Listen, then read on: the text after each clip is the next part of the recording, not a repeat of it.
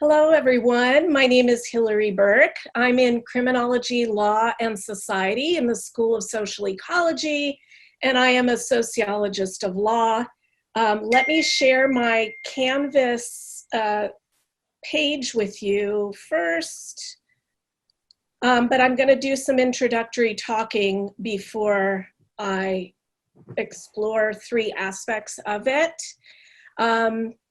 Before anything else, I have to express deep gratitude for my fabulous DLI consultant, Bo Choi, and the DLI team. I'm very grateful for all of their support.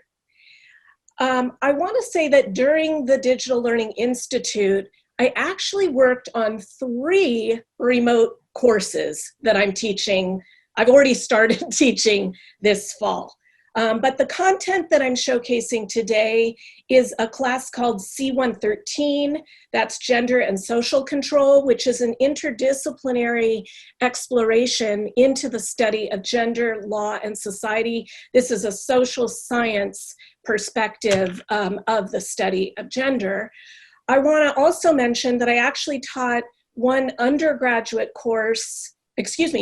undergraduate courses and 1 graduate course remotely last spring in a very big rush job. But through DLI, I really learned how to consider layout presentation better, condensing parts of modules to be much more efficient, and adding more tools and resources. But today what I'd like to do is showcase 3 small parts of my Gender Canvas website. And this is, of course, my landing page. As we've learned from many presentations today, I designed the imagery for my banner, but Bo made it possible to insert it into my website. And I like the images to be thematically relevant to the content of the course, and also include the famous navigation buttons on the front page, which I used in my cybercrime class last spring. And I have a click to a preview of weekly roadmaps, and use the weekly roadmaps, which I'll show you very briefly, as a way to allow students to look ahead. I, though, will only release modules week to week. I will not release them in advance, so that we can at least be unified as a community in how we proceed with the course. So I have faculty information there, along with Juan, my teaching assistant.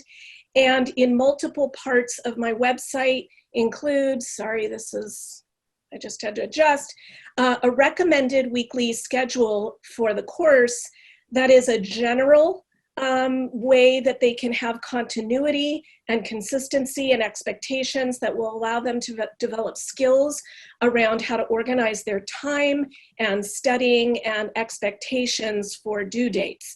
And I have the different types of variety of activities when they are expected to complete weekly materials, and any notes that go along with that there. So this is my landing page, and I'd like to showcase 3 things very quickly.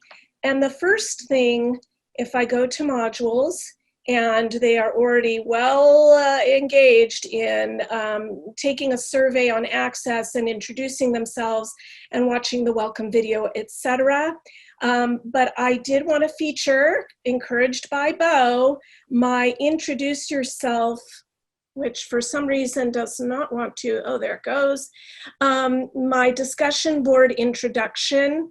I typically really engage with my students. I'm heartbroken that I'm not in the classroom myself, and I want to keep it real. That's what I do. And so under the discussion board, by creating the introduce yourself exercise, I decided to model that and introduce me too. And I did that in a very personal way, which is unusual for me. So I did borrow some of the ideas from the course, but I added small me, because I don't want me to be the focus, I want them to be. But here are my 2 mascots, Moose and Wolfie, who will be largely involved in Zoom sessions. I'm sure they're always on my lap. And I did report just specifically that last spring, my father was in the ICU for 3 weeks on a ventilator and suffered COVID-19. And so I really got vulnerable with my students, told them my own COVID story, wanted to humanize the online learning environment, and let them know that I would be present as an instructor in some way with a personal touch to try to close that gap. And I really want to let them know positively that I believe in the power of them to change the world. The second thing I want to show you is that I have a whole segment, a module of fall-specific resources, including nonpartisan voting information links, links to their texts through the library, and also wellness resources, which I have more on other pages. But I wanted to highlight something that I created for this quarter based on my experience last spring, and that is what I'm calling the C113 Corona Chat Discussion Forum. This will be a place where they can openly share their experiences and express their needs and offer support to others. So if they're having a hard time, ask for help. If they're having a less hard time, offer some help. And I am specifically subscribed to this forum so that I will be notified and read through it so that I can catch and reach out to students who are struggling, hopefully sooner rather than later.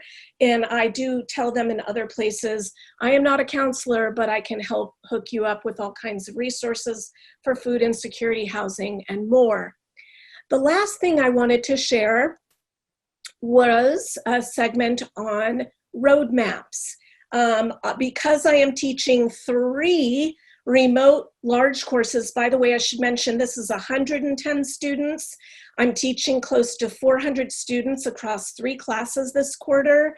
And because of that, I'm going to be creating video content as I go. But I have a whole segment of weekly roadmaps, and each of those they can see in advance features the theme.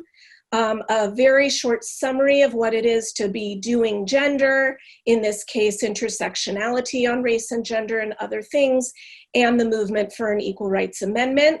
It always contains to-do information that mirrors and mimics the course schedule that I showed you on my landing page, but reports no quiz or collaboration starting next week, and links their different readings and videos for course content there. They can go and link through to that by previewing from the homepage these weekly roadmaps, even when, as you can see, week 1 isn't even yet created for gender, which is my project tonight, and tomorrow to complete my video recordings and editings. So I am going to stop my share and say thank you again.